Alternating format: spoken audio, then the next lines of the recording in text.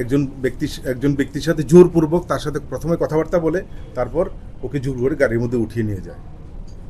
তো পুলিশের বিভিন্ন জায়গায় তল্লাশি এবং ওসি ওয়েস্ট আগরতলা পিএস এবং তার টিমও সমস্ত জায়গাগুলিতে নাকা ব্যবস্থা শক্ত করার ফলে ফাইনালি দেখা গেল যে ওই লোকটাকে ওরা ছেড়ে দিয়ে ওরা পালিয়ে গেছে।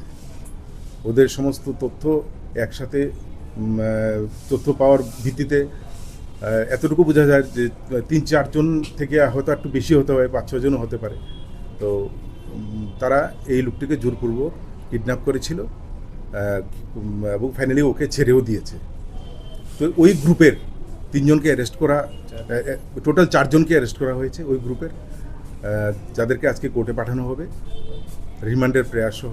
তো সবচেয়ে যেটা মানে উল্লেখযোগ্য বিষয় সেটা হচ্ছে এই ঘটনাটাতে আমরা পুলিশ কিন্তু কোনো অভিযোগের অপেক্ষা না করেই নিজে থেকেই আমরা সুমোটো একটি মামলা নিয়ে সমস্ত ঘটনার একটা মানে পুনরুদ্ধারের চেষ্টা করছি।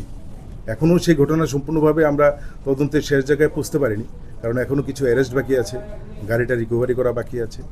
তবে আজকে ওদেরকে রিমান্ডে পাঠানো, প্রেয়ার দিয়ে কোর্টে পাঠানো হবে এবং রিমান্ডে চলাকালীন সময় বিভিন্ন তথ্য যেগুলো আমরা জানতে পারিনি সেগুলো আমরা জানতে পারবো।